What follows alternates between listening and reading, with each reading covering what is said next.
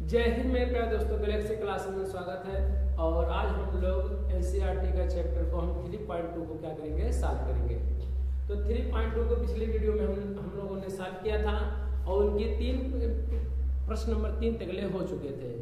और हम लोग इस वीडियो में हम लोग 4 यानी चौथे प्रश्न से क्या करेंगे, स्टार्ट करेंगे। और चलिए देखते हैं हम लोग चौथा प्रश्न क्या है।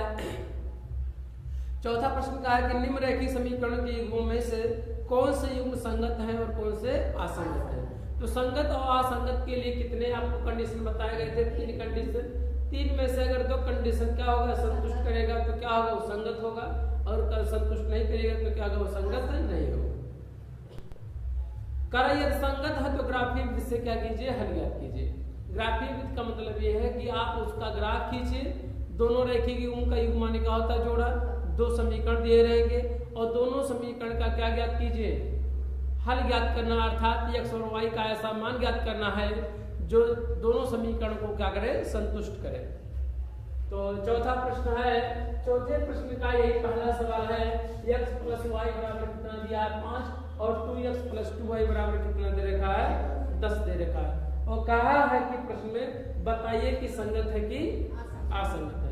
तो पहले नंबर संगत और असंगत बताने के लिए हम लोग उस समीकरण को रैखिक युग्म के रूप में क्या करेंगे, उसे क्या करेंगे, व्यक्त कर लेंगे। कौन सा रूप होता है, ax + by + c। समीकरण का वह रूप जो ax + by + c = 0 के फॉर्म में हो, उसे हम लोग क्या कहते हैं, रैखिक समीकरण कहते हैं। तो हम देख रहे हैं कि यहाँ पर अगर पाठांतर कर ले तो कितना होगा, बताओ, x + y मान कितना हो जाएगा, 5 = क्या हो जाएगा, 0। इसी समीकरण को किससे तुलना कर लिया जाए, इतना का किससे तुलना पर का a1x + b1y + c1 = 0 से क्या करने पर, तुलना करने पर, से तुलना करने पर क्या लिखेंगे, से तुलना करने पर तुलना कर देंगे। क्या मिलेगा यहाँ पर, a1 की वैल्यू कितना बचेगा, 1, b1 की वैल्यू 1, c1 की वैल्यू कितना बचेगा, माइनस कितना बचेगा, 5 होगा। क्योंकि x के गुणांक को a1, y के गुणांक को b1, जो अचर पद बचेगा उसे हम लोग क्या कहते हैं, c1 कहते हैं। और इक्वल टू दाएं क्या होता है, 0, तो क्या हो जाएगा, 0। तो इस तरह से a1 की वैल्यू 1, b1 की वैल्यू 1, c1 की वैल्यू -5।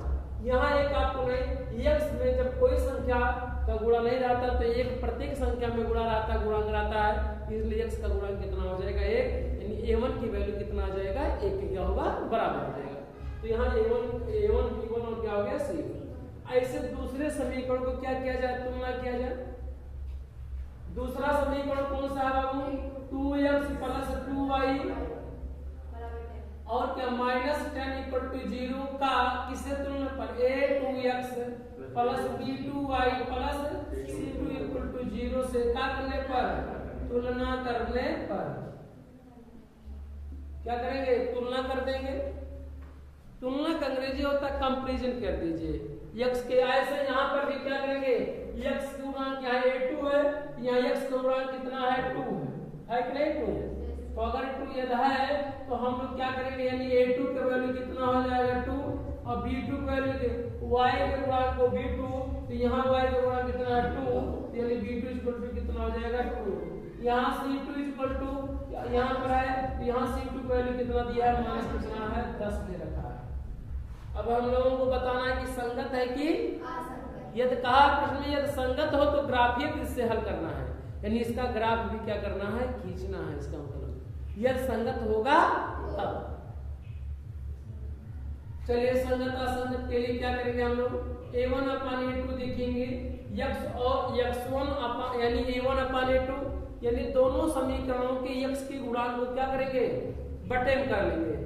इसका गुणांक कितना है, a1 यानी 1 हो जाएगा, इसका गुणांक कितना 2 है, तो 2, a1/a2 = क्या हो जाएगा, b1/b2, b1 की वैल्यू 1, b2 वैल्यू कितना दिया है, 2, बराबर c1 की वैल्यू कितना दिया है, -5, और c2 वैल्यू कितना दिया है, -10। अगर 1/2 बराबर 1/2 बराबर करें, 5 1 5 और 5 गुना 10, तो माइनस क्या हो जाएगा, प्लस हो जाएगा। अगर ये प्लस हो जाएगा तो कितना आएगा, 1/2। यहाँ आप देख रहे हैं कि A1/A2 हो गया equal to B1/B2 equal to C1 क्या होगा C2। यानी दोनों समीकरणों के x के गुणांकों का अनुपात ज्ञात किया गया, y का अनुपात किया गया और अचर पद का अनुपात किया गया, तो तीनों आपस में क्या रहे बराबर रहे। ऐसी दशा में अगर इसको अगर संतुष्ट करता है तब समीकरण हल के युग्म क्या होंगे संगत होंगे। अतः समीकरण के युग्म क्या होंगे, अतः समीकरण के युग्म क्या होंगे, युग्म क्या होंगे संगत होंगे, क्या होंगे संगत होंगे। अब प्रश्न में ये कहा है अगर संगत है तो इस पर क्या करना है ग्राफ खींचिए। क्या कीजिए ग्राफ खींचिए। तो ग्राफ खींचने से पहले हम लोग पहले क्या बनाएंगे, प्रत्येक समीकरण से एक एक क्या बनाएंगे सारणी बनाएंगे। क्या बनाएंगे एक एक सारणी बनाएंगे। जैसे मान लो पहला समीकरण है क्या है x प्लस वाई, क्या लिखेंगे लिखा है कि x प्लस वाई बराबर कितना दिया है 5। तो x बराबर कितना होगा 5 माइनस कितना हो जाएगा y के लिए क्या लिखेंगे सारणी के लिए सारणी। सबसे पहले क्या बनाएंगे सारणी बनाएंगे। क्या बनाएंगे सारणी बनाएंगे। जो समीकरण दिया है चाहे x बराबर ज्ञात करके ज्ञात लिखा जाए और चाहे y बराबर, आप यहाँ y बराबर 5 माइनस x के लिए सारणी लिख सकते हैं। ठीक है हम सॉल्व कर रहे हैं।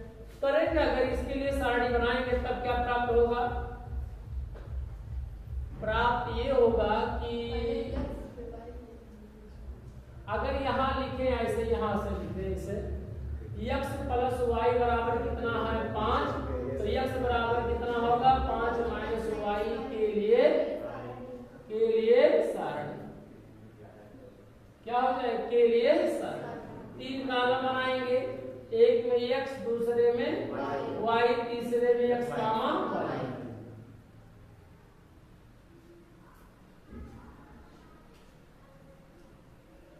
एक में x दूसरे में y तीसरे में x कामा क्या हो जाएगा y।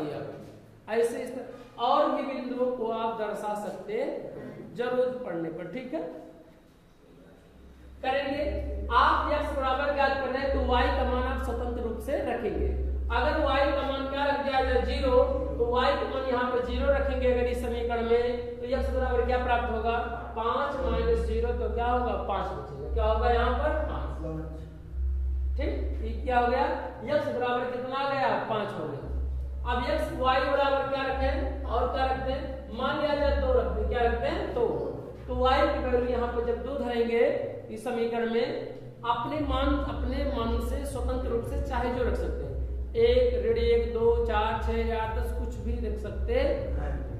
दशमलव भी आप रख सकते हैं, लेकिन दशमलव को दर्शाना x अक्ष पे और y अक्ष पर कठिन होता है, इसलिए दशमलव को हम लोग नहीं रखते हैं। आप रख भी सकते हैं। ठीक है आप स्वतंत्र हैं दशमलव के, लेकिन अब उसको प्रदर्शित व्यक्त करने में क्या होगा कठिनाई होगा, इसीलिए हम लोग उसको क्या करते हैं 1 2 3 4 या ऐसे राशि को क्या करते हैं भिन्नात्मक भी रख सकते हैं। लेकिन भिन्नात्मक मान को दर्शाना क्या होता है कठिन होता है। दशमलव भी आप रख सकते हैं, कर्णीगत भी रख सकते हैं, लेकिन इन संख्याओं को प्रदर्शित करने में क्या होती है हमें कठिनाई होती है, इसीलिए हम उस चीज को नहीं रखते। ठीक है 2 रखेंगे तो y की x बराबर यहाँ पर 5 में से 2 घटाएंगे कितना बचेगा 3, तो 3 हो जाएगा यहाँ पर। अगर यहाँ y बराबर क्या रखते हैं 5 रखते हैं, y बराबर क्या रखते हैं 5, तो अगर 5 रखेंगे तो 5 में से 5 घटाएंगे कितना हो जाएगा 0 हो जाएगा। ऐसे और क्या रखते हैं ऋण 1 रखते हैं, या तो कुछ भी मान रख सकते हैं। आप धनात्मक मान भी रख सकते हैं और ऋणात्मक मान भी रख सकते हैं। और 1 रख दिया जाए, अगर 1 रखेंगे तो कितना होगा 5 में से 1 घटा कितना बचेगा 4 बचेगा। और कौन पॉइंट ऋणात्मक मान रख दिया y के बाद ऋण 1 रखो तो ऋण का हो जाए प्लस, तो y बराबर x बराबर कितना आ जाए 6 हो जाए। क्या हो जाए 6 हो जाए। लिख दें क्या इसे कर दीजिए। अगर x की y की वैल्यू ऋण 1 तो x की वैल्यू कितना आएगा x बराबर 5 माइनस y की जगह पे कितना रखेंगे -1, तो माइनस क्या हो जाएगा प्लस हो जाएगा। तो कितना होगा 5 प्लस 1 बराबर कितना हो जाएगा 6, तो कितना हो जाएगा यहाँ पर 6 हो जाएगा। ये हमारा रहा पहले समीकरण के लिए क्या रहा है निर्देशांक लिखिए 5, 0, 3, 3, 0, 5, 4, 1, 6, कितना हो जाएगा -1। अब क्या करेंगे दूसरे समीकरण के लिए भी क्या, ये कब ग्राफ खींचेंगे जब समीकरण के हल क्या होंगे, संगत होंगे तब। अगर संगत नहीं होते तब हम उसका ग्राफ नहीं खींचते, ठीक है। तब उसको लिए प्रश्न में नहीं कहा कि उसका ग्राफ खींचिए आप। चलिए आगे चलिए। दूसरा समीकरण कौन सा है बाबू? दूसरा समीकरण हमारे पास यहाँ पर है कि नहीं? यहाँ पर दूसरा समीकरण है। यहाँ पर करिए क्या लिखेंगे? लिखेंगे 2x + 2y और बराबर 10। तो 2x बराबर कितना होगा? 10 माने कितना होगा? 2x 2y। तो x बराबर कितना होगा? 10 - 2y और बटे गुणे हटा जाएगा भाग। चाहे अगर देखा जाए तो वही समीकरण अगर 2 से कॉमन लेकर पाछांतर कर दे तो वही समीकरण हमें क्या होगा? प्राप्त हो जाएगा। लेकिन हम लोग क्या कर रहे हैं कि जैसे है वैसे के लिए क्या लिखेंगे? सारणी के लिए सारणी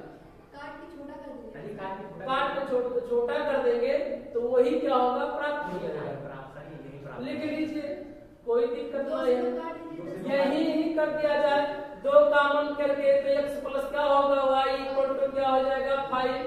तो x प्लस y बराबर कितना होगा? 5। यहाँ 10 है ना, 10 तो 10 बटे कितना हो जाएगा? 2। तो x प्लस y बराबर कितना होगा? 5। तो x बराबर क्या होगा? तो 5 मान कितना हो जाएगा? y के लिए क्या होगा? सारणी के लिए सारणी। एक ही बात होगा, कोई गलत नहीं होगा, क्योंकि दोनों समीकरण क्या है? सेम है। तो सेम यदि है तो उसका अगर सारणी भी बना जाए तो क्या होगा? सेम होगा। तो सेम यदि होगा तो हम लोग दिखा सकते हैं ऐसे इस तरह से x और y ऐसे, एक में x माने दूसरे में y मान लें और तीसरे में x कामा y मान लें।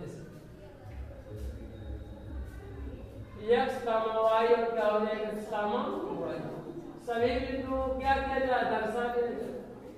अर्थात अगर इन दोनों का जब ग्राफ खींचा जाएगा तो दोनों रेखा एक दूसरे को क्या करेंगे? ढक लेंगे। समझे कि नहीं? क्योंकि दोनों रेखा एक ही है, दिखाई पड़ रहा है आपके सामने, ग्राफ समीकरण वही है, तो जाहिर सी बात है होगा कि नहीं? होगा। तो अगर क्या करें? y की वैल्यू क्या करते हैं? 0। तो x की वैल्यू क्या मिलेगा? 5। y की वैल्यू कितना करते हैं? 2। तो x की वैल्यू कितना मिलेगा? 3। अगर यहाँ पर लिख दे y बराबर 5 तो x की वैल्यू क्या होगा? 0। अगर यहाँ पर क्या लिख दे 1 तो y की वैल्यू x की वैल्यू कितना मिलेगा? 4। तो कितना हो जाएगा? 4। अगर यहाँ क्या लिख दे 1 तो क्या मिलेगा? यहाँ पर 6। हाँ, जो आप पहले y का मान 0 रखे, अगर वहाँ पर पहले 2 रख दे तो कोई दिक्कत नहीं, आप रख दीजिए। कहाँ रखते इसी में? कोई आप स्वतंत्र है, कुछ भी लिख सकते हैं, ठीक है। आप भिन्नात्मक मान भी रख सकते हैं, करणीगत वाला रख सकते हैं, दशमलव वाला, लेकिन अब दशमलव करणी भिन्नात्मक मान को x अक्ष पे और y। चलिए आगे क्या करेंगे? हम लोग क्या करेंगे? इन सभी बिंदुओं को क्या करेंगे? दर्शाएंगे, ठीक। तो पहला क्या है? 5 का मान क्या है? 0 है, यानी पहली मान जो है वो x का मान है, जो दूसरा है क्या है? y। यानी जो x मान को x अक्ष पे दर्शाया जाएगा और y का मान y अक्ष पे दर्शाया। x का मान कितना है? 5। तो x का मान कितना हो जाएगा? y का मान कितना दिया है? 0। तो x अक्ष पर y का मान 0 होता है और y अक्ष पर x का मान 0 होता है। तो यही यानी x यानी 5, तो 5 x अक्ष पे 5 तो होगा, y का मान कितना? 0, यानी y अक्ष पे चलना ही नहीं है। तो चलना नहीं है कितना हो जाएगा? 5 का मान कितना हो जाएगा? 0 होगा कि नहीं? इस तरह से हो जाएगा। आगे और दर्शाइए। आगे ये दर्शाना है कि 3 का मान कितना दिया है?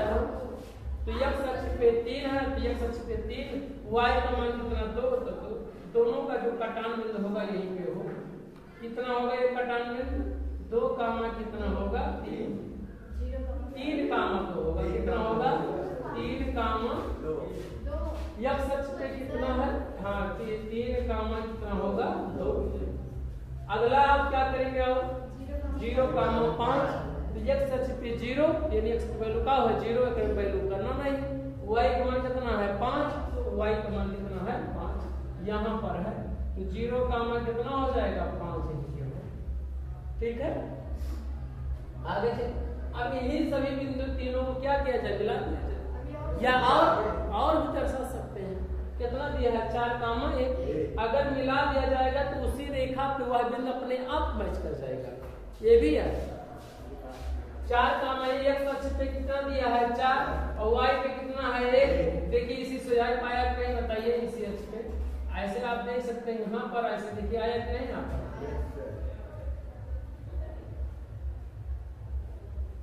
यही पॉइंट लगभग करके आएगा यहीं पर।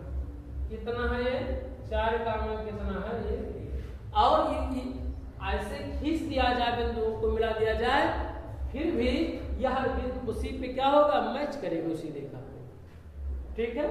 तो देखिए 6 का मान, अब एक बिंदु को अभी छोड़ रहे हैं ठीक है, क्योंकि इस रेखा को मिला दें और देखिए कि वह रेखा उसी पे मैच करता है कि नहीं। अगर इसी रेखा को ऐसे इस तरह से मिला दिया जाए,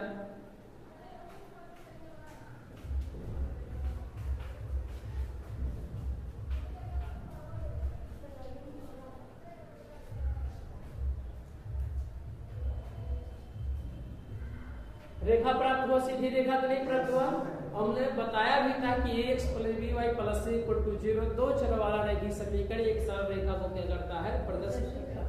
तो आपके सामने एक सरल रेखा क्या हो रही है प्रदर्शित हो रही है। अभी एक बिंदु को हमने दर्शाया नहीं है, कौन सी बिंदु है 6 का मान x अक्ष पे कितना है 6, धन है कि माइनस है धन है, x अक्ष पे धन हो जाएगा 6 हो जाएगा। y की वैल्यू कितना है -1 है, प्लस होता तो ऊपर जाते, माइनस है तो क्या करेंगे नीचे आएंगे। तो ऋण 1 यहाँ पर है ना और 6 यहाँ पर है, अगर देखा जाए x अक्ष की सजाए 6 और y की देखा जाए इसी रेखा मैच कर रहा है कि नहीं बताओ। ऋण कितना है यानी 6 का मान कितना है 1, बताओ आई कि नहीं उसी रेखा पे। हमने कहा है सीधी रेखा, इसको इसलिए बाद में दर्शाए कि देखिए अगर आप छोड़ भी दे रहे कोई भी बिंदु आप लेंगे, अभी भी 2-4 बिंदुओं को आप जब अगर बढ़ाएं या चाहे जितना आप बढ़ाएंगे तो इसी रेखा पे क्या होगा आ जाएगा, अपने आप से तरह आ जाएगा।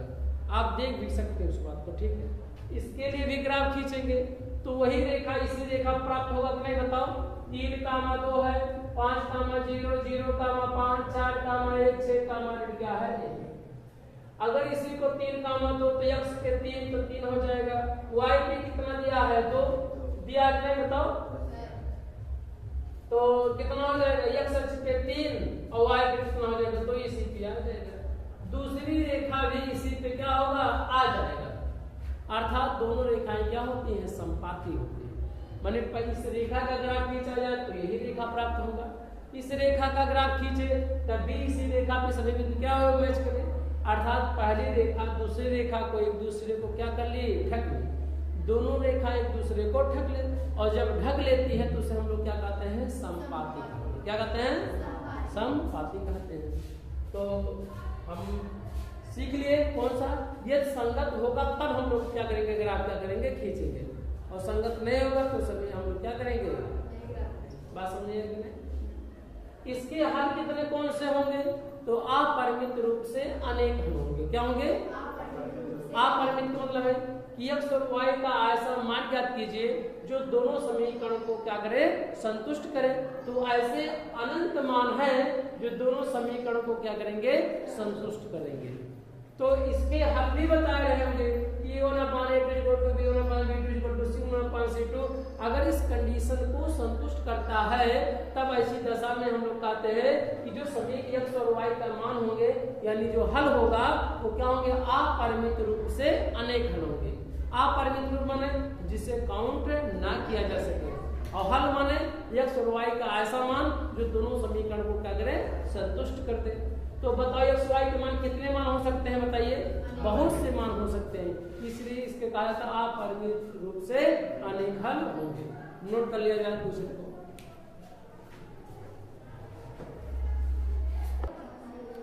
चौथे का दूसरा प्रश्न है, कहा है कि x माइनस वाई, चौथे का दूसरा प्रश्न दे रखा है x minus 8 x minus Y is equal to 8।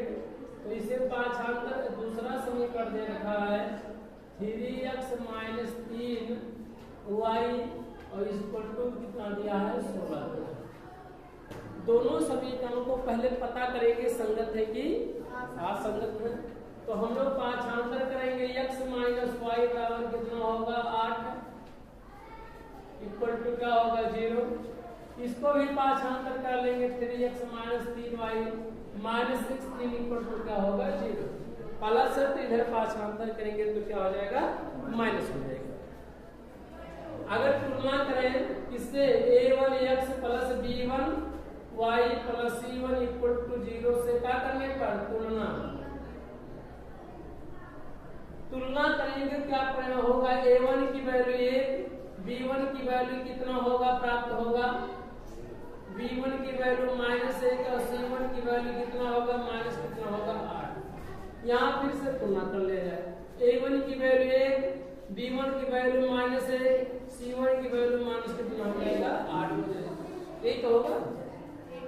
दूसरा समीकरण कर लिया जाए, यहाँ पर क्या करेंगे a2x क्या करेंगे a2x plus b2y plus c2 equal to 0 से क्या करने पर तुलना करने पर। जब तुलना आप करेंगे तो a2 की वैल्यू कितना हो जाएगा 3, b2 की वैल्यू -3, c2 की वैल्यू कितना हो जाएगा 6। करिए दोनों के x के और y के गुणांकों का अनुपात करिए। अगर दोनों आ जाए, दोनों समीकरण के x के गुणांकों का अनुपात ज्ञात किया जाए और y के गुणांकों का अनुपात किया जाए और जो अचर पद है उसका क्या किया जाए अनुपात ज्ञात किया जाए।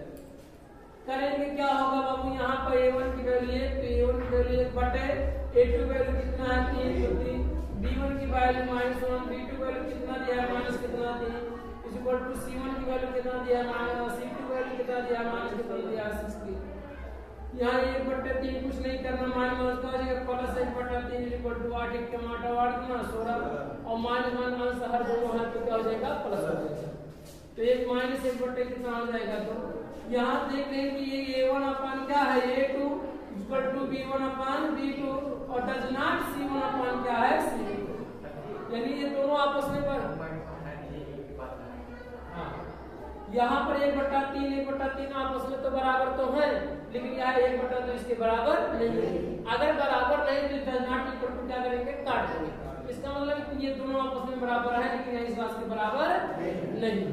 अगर ये बराबर नहीं है, इस कंडीशन को संतुष्ट करता है, तब समीकरण के क्या होंगे असंगत होंगे। क्या होंगे तब समीकरण के हर के क्या होंगे असंगत। अतः समीकरण के क्या होंगे असंगत होंगे। क्या होंगे असंगत होंगे। क्या होंगे असंगत होंगे। ऐसी दशा में हमें ग्राफ विधि से हल ज्ञात नहीं करना है, क्योंकि प्रश्न में दे रखा है संगत होगा तो हम लोग ज्ञात करते ग्राफ। अब इसका ग्राफ खींचेंगे, इसका ग्राफ नहीं खींचेंगे। क्यों? क्योंकि समीकरण के योग क्या है असंगत है। तो ये प्रश्न नंबर कौन सा रहा है दूसरा रहा। ऐसे हम लोग क्या करेंगे नेक्स्ट वीडियो में हम लोग तीसरे प्रश्न को क्या करेंगे सॉल्व करेंगे। हमें उम्मीद है कि आप बेहतर से सीखे होंगे। जय हिंद जय भारत।